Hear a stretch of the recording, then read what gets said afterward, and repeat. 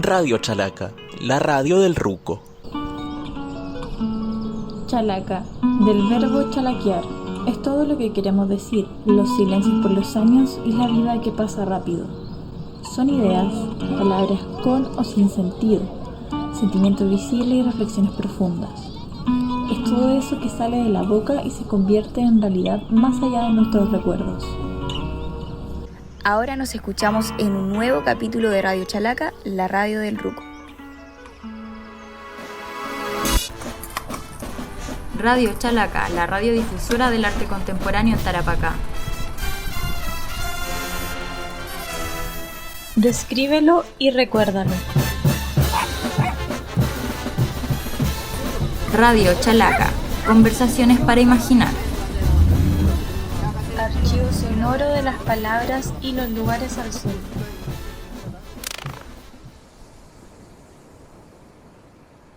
Hola, soy Loreto González Barra, curadora de arte, y estamos en un nuevo capítulo de Radio Chalaca, la radiodifusora del arte contemporáneo en Tarapacá. Hoy chalaqueamos, conversamos para imaginar con un amigo, un colega y también un vecino acá del barrio. Él es Rodolfo Andaur, curador de arte contemporáneo y gestor cultural, un agente importantísimo que activa constantemente y moviliza la escena artística no solamente de aquí de la región, sino que también a nivel nacional y internacional. Así que un honor tenerte aquí, Rodolfo, bienvenido. Gracias a ustedes por invitarme.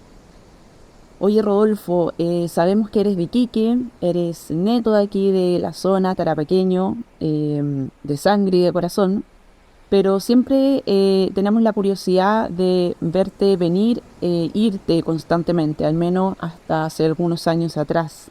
Y en ese ir y venir, en esos recorridos, en esos tránsitos que tienes acá con la región, quisiéramos saber cuáles son esos intereses que persigues, qué es lo que vienes a buscar, si es que te lo llevas, lo vuelves a traer, cómo es esa relación que tienes con, o esos intereses que tienes con Tarapacá. Bueno, Tarapacá es una cuestión súper inimaginable al principio en términos de las cuestiones que uno constantemente trabaja, como la visualidad. Tarapacá es súper versátil de manera no física. Creo que tiene muchos sentimientos asociados a cuestiones que no se pueden describir ni dibujar, sino que se tienen que sentir. Por lo tanto, esa versatilidad de la región, desde el mar a la cordillera, pasando por sus pampas y sus quebradas y sus oasis, siempre me llamó la atención y son esas cosas las que me hicieron volver durante un tiempo, por lo menos que son más o menos, puedo decir, 10 años, donde yo volví, salí. Porque también ese tiempo de volver me hacía resetearme y pensar en cómo me podía oxigenarme para generar proyectos en torno a la curaduría y la investigación. Creo que Tarapacá siempre tiene insumos interminables para poder abordar esas problemáticas que están insertadas entre lo que uno piensa curatorialmente y lo que los artistas y los artífices organizan y producen. Entonces creo que si volví, y lo digo así como súper categóricamente, si volví fue porque Tarapacá para mí es una versatilidad inmensa, inacabable, que no podía no estar presente en mi agenda del año, porque me hacía pensar en cómo renovarme también con los discursos. Casi toda mi pauta como intelectual y de estudio local está cimentada también en la intelectualidad de esta región, y eso me parece también muy singular, porque cuando uno estudia arte siempre las escuelas de arte te invocan esta idea de estudiar filosofía europea o estadounidense principalmente, pero pocas veces nos rescatan historias, filosofías, metodologías, epistemologías regionales, locales. Y Tarapacá es versátil porque tiene una intelectualidad súper fuerte, que obviamente no es validada por el centro, pero que por lo mismo uno le da más ganas de validarla. Entonces, volver a Tarapacá también es enterarme de eso, de cómo ese mundo intelectual, cómo esta cosa intangible que es súper importante en mi diario vivir, no solamente como curador, sino como tarapaqueño que vive en esta región, funcionan para generar pensamiento crítico. Y también está esta otra cosa que decía, que la versatilidad. Creo que es una región súper versátil, una región llena de colores, llena de sabores, de olores. Se piensa que el desierto es súper plano, pero tenemos una paleta de colores del desierto súper heavy metal, eh, eh, eh, enorme. Es indescriptible mirarse desde una colina de la cordillera de la costa a la cordillera de los Andes y viceversa. Es como hay una planimetría colorida que uno la siente también porque la va reconociendo, porque ya la ha recorrido. Y eso me gusta como reivindicarlo y por eso vuelvo a Tarapacá. Oye, Rodolfo, y hemos hablado como de cuestiones quizás más ligadas a esta versatilidad geográfica y paisajística. Concretamente, por ejemplo, ¿qué son cuestiones en términos de los imaginarios que tú tienes que contienen para ti a Tarapacá? Porque tú trabajas mucho con los sincretismos también, bueno, con estos fenómenos populares como la tirana o también con los extractivismos, ¿qué hay de eso también? Sí, bueno, a mí me gusta hablar muchas veces de aculturación más que sincretismo. Me parece que yo, siendo una persona que no profesa el credo católico, apostólico romano, me gusta hablar de culturación porque creo que es un término mucho más preciso y mucho más loable para la cuestión que yo hago hoy día de analizar estas problemáticas populares en virtud, por ejemplo, de la fiesta de la Tirana o San Lorenzo de Tarapacá. Hay una cuestión también que pasa con el rollo de cómo uno mira el espacio tarapaqueño para poder plantear un problema en virtud de las preguntas que uno se hace cuando quiere hacer un proyecto curatorial. Entonces, yo creo que lo que pasa en esta relación con el entorno también abre más preguntas que no buscan una respuesta, sino que están más asociadas a un conflicto que uno pueda tener con esos imaginarios que, citando uno, yo siempre recuerdo los entierros de la Pampa, porque todos mis antepasados están enterrados en Pozo Almonte, por ejemplo, de una parte de mi familia, y a mí me parecía tan simbólico ese acto desde los 3 años, que quedé muy o sea, tengo muchos sueños que rescatan esa forma en la cual la gente sepultaba el cuerpo, hacía esta ceremonia de dejar la arena en el cajón, las mujeres cuando producían las flores de papel, que hoy día se producen de metal, o también me pasaba con la Tirana. O sea, esto de irse a vivir a la Tirana 3 días, porque mi mamá no soportaba estar en la Tirana, entonces como que no le gustaba mucho este mundo medio popular, entonces a nosotros sí nos gustaba, y claro, ella se obligaba a estar 2 noches por sus hijos, porque claramente para nosotros era una diversión ir a ver no solamente la forma en la cual los colores aparecen en la Tirana, en la Pampa Altaparguel, sino que también la forma en la cual el cuerpo le genera un asueto con la religiosidad popular. Y lo mismo pasa con estos fenómenos que vimos en la costa, como vivir cerca de la playa en Iquique fue para mí muy determinante, fue muy... llegó a ser casi enfermiza esa relación con el mar, que solo la entendemos quienes hemos tenido esa posibilidad de vivir de niños en el mar. Porque claro, tú cuando estás más grande y llegas al mar, tú decís, sí, me gusta el mar, pero tener esos imaginarios del mar repetidos es súper complejo después poderlo describir en palabras o en texto. Entonces por eso, por un lado está toda esta cuestión que uno rescata de los imaginarios, pero también está toda la otra cuestión que rodea los imaginarios. Y que muchas veces uno puede escribirlo, pero no puede describirlo. Entonces, entre escribirlo y describirlo hay una dimensión que solo la entendemos a veces quienes vivimos aquí, y no es porque seamos chauvinistas, sino solamente porque es difícil de describir todo lo otro que hay de esa versatilidad. O sea, todo lo que, la inmensidad de texturas, no solamente hablo de cosas físicas, sino que estas cosas que no podemos descifrar hoy día, que son intangibles. Y eso me parece súper grandilocuente de trabajar, y por eso obviamente creo que me siento cómodo volviendo al lugar.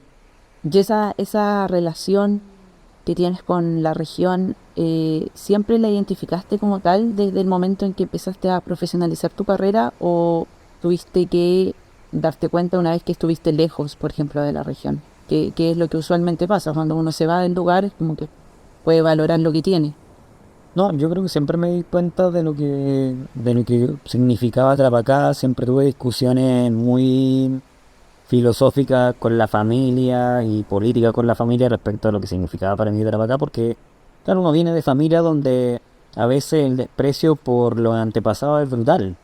O sea, todos quieren ser europeos en esta región. Como un ejemplo muy básico y burdo, pero sí, muchos quieren ser europeos. Por eso también hubo, y me burlo mucho del concepto de euro blanco, y lo digo, porque claro, eso es una huella que ha quedado en mi espacio como más íntimo.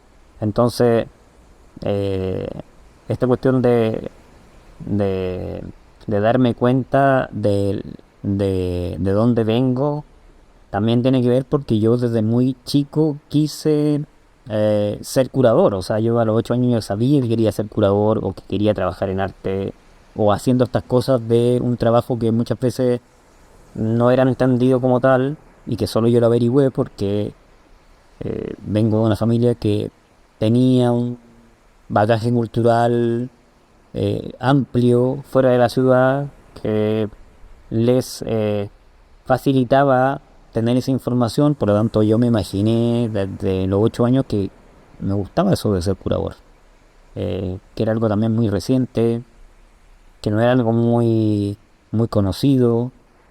Entonces, como que se mezclaron cosas bien interesantes de el pensar desde esa edad de por qué quiero hacer esto, y al mismo tiempo vivir en una región que a pesar de que por muchos años la gente no pensó que era una región súper versátil y rica en contenido, yo creo que estaba como pensando que sí era así. Como que por ahí había una búsqueda, no sé, también en esto de la diablada, de las comidas, no sé. Yo me acuerdo desde chico, tengo este recuerdo de comer chuñipoti, y después, claro, tú le contabas a tus otros primos y todos te decían, pero ¿cómo? O sea, ¿cómo puedes comer eso? Y era como tan típico de La Pampa comer chuniputi, pero claro, en Iquique no se comía chuniputi. Pero uno lo comía porque le gustaba, pero al mismo tiempo sabía que era algo tan particular, y que además que tiene un olor particular, un color particular, que se come en una hora del día donde los que vivimos en la costa de la región de Tarapacá no comemos. Entonces, todas esas cuestiones creo que sirvieron mucho para reforzar la idea de por qué pienso que ese contacto con Tarapacá no tiene que ver con el territorio, tiene que ver con la territorialidad. Sí. Y bueno, nosotros que conocemos tu trabajo, que bueno, somos colegas y trabajamos en áreas muy similares, sabemos que todo esto tú lo recoges, ¿no es cierto? Y lo depositas en tu trabajo. ¿Crees que todo eso de alguna manera aporta al territorio, a Tarapacá? ¿De alguna manera cómo se conecta con la comunidad? ¿O hay ahí un proceso educativo, pedagógico que te interesa abordar, por ejemplo, para que llegue a aportar a las comunidades? Bueno, yo creo que desde el 2006 hasta ahora he organizado más de 40 exposiciones, pero creo que que no más del 60% de esas exposiciones han sido un real aporte a algunas comunidades. Lamentablemente no de la región. Siempre muy así como reflexiones que parten desde un grupo social activo, que es el grupo del arte, y de pronto se desplazan a la comunidad. Y ahí ciertamente la pedagogía ha jugado un rol primordial, porque yo hice clases mucho tiempo, no solamente en la universidad, sino que en el colegio de Alto Hospicio, y aprendí muy bien a cómo poder diversificar el pensamiento que uno tiene como profesor o como ente político de un lugar, llevar a cabo este tipo de reflexiones. Entonces creo que el drama que siempre entendí siendo curador de proyectos expositivos o organizador de pensamientos críticos es que el dilema colaborativo, colectivo es importante para generar un trabajo en la comunidad. Creo que muchas veces, bueno, claro, se tira a la piscina solo y sabe de que es más complejo estar solo en ese dilema que estar en un grupo súper concertado con tu pensamiento. Y ahí yo creo que es un desafío constante. Para mí siempre ha sido un desafío enfrentarme a las comunidades, enfrentarme en el sentido de poder trabajar con lugares donde yo no nací. O sea, soy, por ejemplo, tarapaqueño, pero yo no nací en Tarapacá, por ejemplo, o en Colchane, o en Pisagua. Y el desafío es tal para poder generar que esas comunidades tengan la posibilidad, que estoy pensando un poco así como político, ¿no? De partido político. Como que tengan la posibilidad que yo tuve de pensamiento crítico desde muy niño. Y es un desafío que no se puede trabajar solo, se tiene que trabajar en colectivo. Entonces a veces, y que es algo que hemos conversado off the record, uno se cansa de no encontrar colegas o partners que lo acompañen a ese trabajo colectivo, colaborativo, de manera constante y siempre poniéndose desafíos. Y yo soy súper TOC. Tengo el TOC de que todo tenga que estar siempre muy perfectamente diseñado. Entonces, también claro, eso también puede afectar a otras personas con su tiempo, con su forma también de entender el territorio. Soy una persona que nunca se cansa, entonces también pienso que hay gente que se agobia con esa idea de que yo siempre esté activando cosas. Y ahí yo tengo que, bajarle hartos cambios y pensar de que todo este trabajo que se levanta tiene que tener también una pata más colectiva y colaborativa. Puede ser siempre una cuestión como individual, porque también esa cosa individual afecta obviamente el desarrollo y la relación que uno puede tener con las comunidades. Y del principio fue así. O sea, me acuerdo este fondar conocido que hay en Chile del Chulpa, que hice por la Homo News. Fue un proyecto que lo hicimos para reivindicar la vida de frontera y ocupando las mismas logias que hoy día se ocupan para hablar de la frontera conflictiva de Colchane. Y ahí trabajamos con comunidades que estaban muy cerradas a la idea de por qué los artistas quieren residir en comunidades. Entonces, ese proyecto que fue insigne en el sentido profesional, porque claro, me hace como despejar esta pregunta de qué es el trabajo que el curador y el artífice llevan a cabo en una comunidad, y cómo también la comunidad puede de alguna manera macerar y dejarte un espacio para entender lo que es el trabajo comunitario. Y ahí yo encuentro que ese proyecto fue súper como crucial. Abrió una puerta bien intensa y marcó sin duda un proceso de residencia que en el desierto no existían. La JO después funda el programa de residencia de arte colaborativo, un poco como un poco influenciada por esta idea de irnos de viaje, hacer un proyecto, pensar, trabajo comunitario, historias locales, epistemologías andinas. Y es también, por otro lado, un proyecto que para el fondar no le gustó al principio, porque yo no soy indígena, a pesar de que soy de La Pampa y ciertamente tengo sangre indígena, pero bueno, no soy indígena, no tengo apellido indígena, por lo tanto había un conflicto también de financiar un proyecto así, en una época 2009, 2008, 2009, donde toda esta discusión, ¿no cierto?, de la discusión sobre la epistemología andina, como no estaba en boga. Nosotros a lo mejor la teníamos en boga en proyectos emblemáticos de la región, como son las fiestas patronales, los carnavales, las reflexiones de religiosidad popular, pero en otro lado no estaba esa reflexión. Entonces llegamos a esta cuestión a partir de una idea que a mí me surgió porque yo me interesé en esto hace mucho tiempo y lo quise hacer, pero todo fue acumulándose a raíz de lo que ocurría paso a paso con el proyecto. Entonces yo creo que el trabajo con las comunidades también va de la mano con la forma en la cual uno puede entender el trabajo de los artífices, y que en algún momento esos pueden chocar o pueden aunar criterios para recibir en un mismo lugar. Y eso creo que falta mucho, y yo me siento siempre súper frustrado cuando eso no funciona. Sí, siento súper así como, bueno, claro, la gente no tiene por qué entender el arte contemporáneo, pero sí, qué interesante sería que la gente tuviera más sensibilidad con las imágenes. Que a mí es lo que me pasa cuando, no sé, como fui una persona que también fue criada con mucho cine y mucha música y el arte y la cuestión. Entonces, claro, yo podría haber sido artista, pero a mí me interesaba generar esos análisis para nosotros. Entonces yo me frustro cuando el análisis que yo genero de una obra para otros no haber recepcionado. Me frustra esa cuestión. Sí, el desafío más grande, sí, es lo más complejo también llegar a todo el mundo.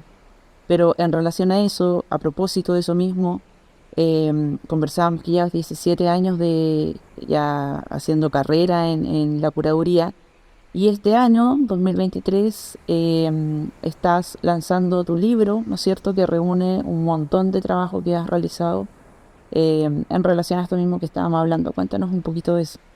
Bueno, el libro que voy a lanzar este año se llama Territorios Transformativos 2010-2020. Es un proyecto que nace el 2017 cuando trabajé en este proyecto internacional que era Ejemplo a Seguir, que es un proyecto alemán sobre reflexión sobre sustentabilidad, ecología, soberanía alimentaria y extractivismo. Entonces, a partir de ese proyecto, mucha gente me preguntó de qué manera uno como que analiza para atrás lo que ha hecho o lo que ha escrito. Y yo había escrito hartos textos que había publicado en distintos medios como Arte Crítica, Artichoke, en distintos lugares en Venezuela, en España, en Estados Unidos. Y muchos otros textos que yo no había publicado. Muchos otros textos que yo no los escribí como pensando que se iban a publicar, pero después pasó la vieja y nunca se hizo. Entonces, no sabía qué hacer con esa información, y se la mostré a una persona y me dijo, no, tenemos que hacer un libro. Y yo el libro también me lo imaginé como 2020, pensando en como no hacer esta como la década de carrera, sino que 11 años de carrera, como para darle vuelta como el decálogo que siempre existe de poner ahí como los 10 años. Y surgió esta forma de armar el proyecto editorial, pero también el tema más heavy de Territorios Transformativos 2010-2020 era el proceso de edición, porque yo dije, ya voy a publicar 40 textos, y en el libro ahora van a ser publicados 57 textos. En esos 57 textos hay hay proyectos de más de 100 artistas chilenos, entre colectivos, acciones activistas, personas, X individuales. Entonces, compilar eso para mí fue un conflicto que obviamente necesitaba tiempo, y justo el 2020 para mí fue el año de la crisis de la episteme global. O sea, para mí el 2020 significó el replanteo de un montón de circunstancias que tienen que ver no solamente con la curaduría, sino con el trabajo en general del mundo. O sea, ¿qué estamos haciendo? ¿Cómo estamos reflexionando? ¿Qué herramientas ocupamos para trabajar en lo que hacemos, en particular en lo que nosotros hacemos? Entonces, para mí el 2020 fue el cisma absoluto. Además, coincidió que COVID aparece en Chile con todo un desazón de culpa, con todo un conflicto por la rebelión y por la revolución de octubre del 2019 que llevó a un cambio de la forma en la cual la población en Chile exige su derecho al Estado. Entonces el 2020 fue muy fuerte, fue heavy. Entonces, claro, el 2020 escribí algunos textos y el libro tiene esa compilación y se remata con un texto donde lleva una reflexión a un año posterior a la rebelión, donde cuestiono obviamente el status quo de la élite y la forma en la cual la gente y el arte han entendido la rebelión. Porque finalmente, como lo dije, en octubre del 2019, entrevistado por un medio nacional, que fue también una cosa muy random, que me entrevistaron a mí como para hablar de qué está pasando en la rebelión. Yo dije que la doxa del arte estaba en la calle. O sea, la cuestión del arte, la interrogante del arte está en la calle, no está en el museo, no está en las galerías comerciales, no está en la élite del arte, está en la calle. La calle se tomó una cuestión súper certera de lo que está del momento, y tomó muy bien la temperatura del momento que estaba ocurriendo. Entonces en la calle pasaron muchas cosas que agruparon en mí un sentido crítico de lo que había ocurrido. Por lo tanto era obvio que yo quería hacer un análisis de lo que estaba ocurriendo en la calle, y además tuve el privilegio que me tocó viajar por Chile, por distintos lugares de Chile, viendo la revuelta en otros lados, no solamente en Iquique, sino en el sur de Chile, en lugares como Copiapó, La Serena, Coquimbo. Entonces me sentí tan privilegiado de que ciertos grupos de artistas me invitaran a analizar y plantear esta conversación del dilema que significa trabajar en arte en momentos de crisis, o momentos de una rebelión que nadie se imaginó que iba a llegar. Pero que la imagen sin duda fue una punta de lanza también para, no solamente para denunciar, sino que para expresar también lo que todo un movimiento está intentando manifestarse.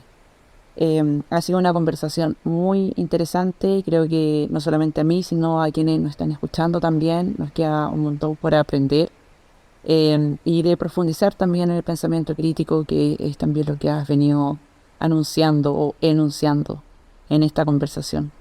Te queremos agradecer, y bueno, siempre agradecer por todos los aportes y más que hace a esta región.